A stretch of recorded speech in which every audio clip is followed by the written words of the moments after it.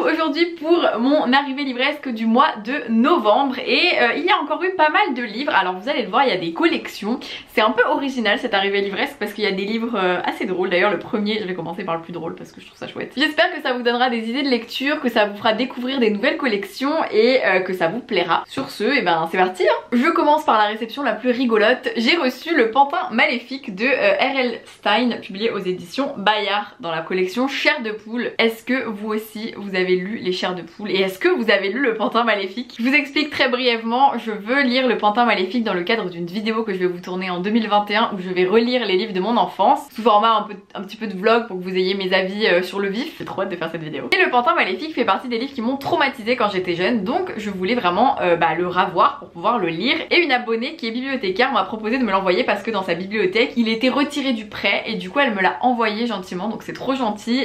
Du coup bah voilà, j'ai un Chair de poule qui est visiblement passé de main en main et qui je pense a traumatisé plus d'un enfant. Bien sûr le résumé c'est l'histoire d'un pantin qui a l'air un peu vivant quoi, qui fait peur et moi ça m'a vraiment traumatisée, j'ai super peur. La couverture je la trouve terrifiante et elle a habité de nombreux de mes cauchemars. Ensuite j'ai reçu l'épreuve non corrigée du livre Elle est le vent furieux qui est publié aux éditions Flammarion et qui sortira le 6 janvier 2021. C'est un livre qui est écrit par 6 autrices super connues. Sophie Andriansen, Marie Alino, Marie Pavlenko, Colline Pierret, Cindy Van Wilder et Flore Vesco, donc je pense que ça promet. Et ce sont 6 nouvelles sur la nature, sur Dame Nature, sur visiblement aussi un petit peu l'écologie hein, si on se pose des questions un petit peu de société. Ça sort en janvier, j'ai trop hâte de le découvrir et écoutez ça a l'air fou quoi.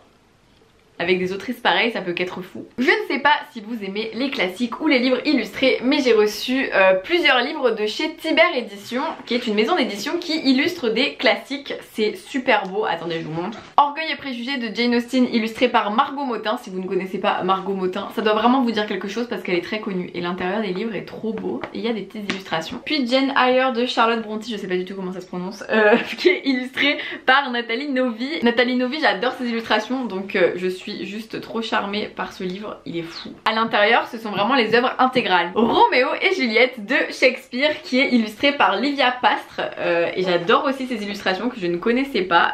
L'intérieur est trop beau, regardez-moi ça. Oh, ça me donne envie de lire Roméo et Juliette. Eh mais j'ai jamais lu Roméo et Juliette. Vous savez quoi, ça sera une de mes prochaines lectures ça. C'est décidé. Avec une version illustrée comme ça je trouve ça trop bien. Et enfin encore Margot Motin pour Raison et Sentiments de Jane Austen. Donc encore des petites illustrations avec des petites cases de BD tout ça. Bon même si là bien sûr je n'en tombe sur aucune.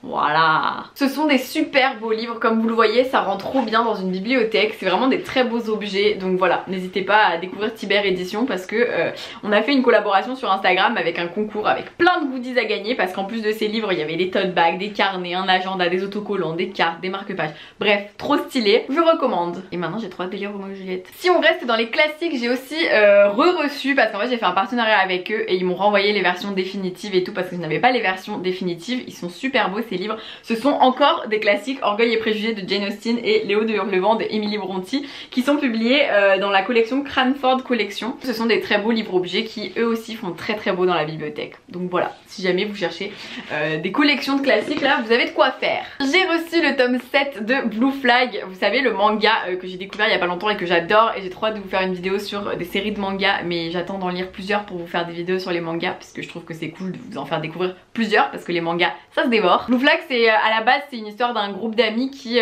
enfin il y a une fille qui est amoureuse d'un garçon et elle va demander à son pote de l'aider à sortir avec ce garçon. Sauf que au fur et à mesure du temps et qu'ils apprennent à se connaître et tout, les sentiments ils changent un petit peu de camp peut-être, je dis rien, je dis ça, je dis rien. Bref, le tome 7 c'est l'avant-dernier donc autant vous dire que je l'attendais comme le messie et que maintenant que j'ai terminé le tome 7 et bien j'attends le tome 8 comme le messie. J'ai trop hâte de lire la fin de cette série donc voilà, je suis trop impatiente.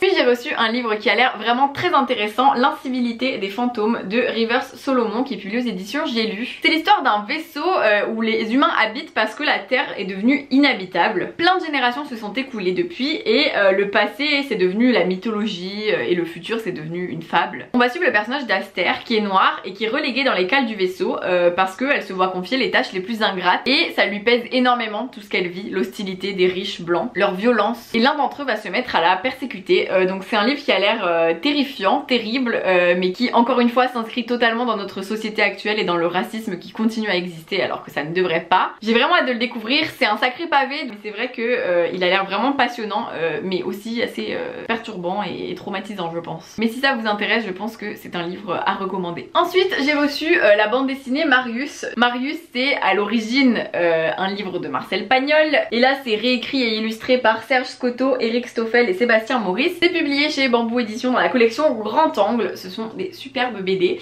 Donc voilà, je suis trop contente parce que moi j'adore, alors je n'ai jamais lu Marcel Pagnol encore, pourtant il faudrait, mais je suis une grande fan des films, des livres de Marcel Pagnol, donc Le Château de ma mère, La gloire de mon père, bref, une grande fan. Donc j'ai hâte de lire ces BD pour voir si ça m'emmène autant que les films m'emmènent et si je retrouve un petit peu, même si je n'ai pas encore vraiment lu la plume de Marcel Pagnol, mais en tout cas l'ambiance qu'il fait véhiculer à travers ses œuvres. Si vous avez vu ma vidéo d'acheter des livres en confinement, vous savez que j'ai acheté Mon père, ma mère, mes tremblements de terre de Julien Dufresne-Lamy, publié aux éditions Belfond. On suit l'histoire de Charlie qui a 15 ans et en fait son père et sa mère ont toujours été ensemble depuis qu'elle est jeune, et là son père subit une opération parce qu'en fait son père est une femme, a toujours été une femme au final, mais vivait dans un corps d'homme. C'est donc un livre sur un personnage transgenre et je suppose qu'on va suivre un petit peu toutes les questions que se pose Charlie vis-à-vis de cette situation, vis-à-vis du fait que son père va posséder un sexe féminin, un sexe qu'il a toujours désiré au final parce qu'il a toujours été une femme. C'est très compliqué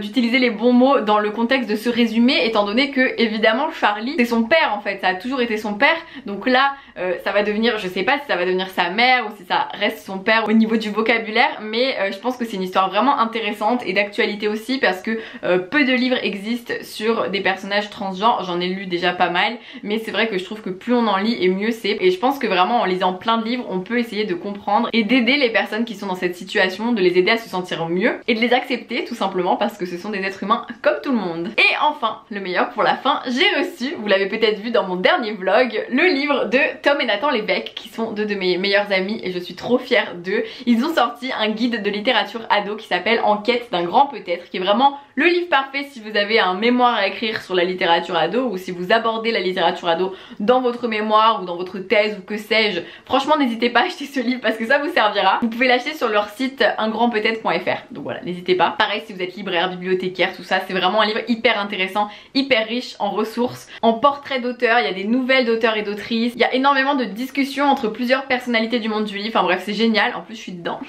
La meuf qui est trop fière. Bref, c'est vraiment un très beau livre déjà de base, hein. Moi je suis trop fière d'eux parce que le livre est sublissime je trouve, donc je suis hyper épatée par la qualité du livre avec des petits rabats et tout, enfin vraiment il est super beau, donc voilà, je ne peux que vous le conseiller. Il y a un immense classement, je trouve ça trop cool parce qu'il y a plein de livres et ça nous fait plein de sources. En plus il y a des petits résumés à chaque fois, donc vous voyez vraiment c'est trop bien, c'est trop bien. C'est dans la rubrique les 100 incontournables de la littérature ado, et ben je peux vous dire que là il y a du conseil livresque, hein. Ça y est, cette vidéo est terminée, j'espère que ça vous a plu, que ça vous a donné des idées. J'avoue que c'était assez original cette fois-ci parce qu'il y avait pas mal de livres qui sortaient de l'ordinaire.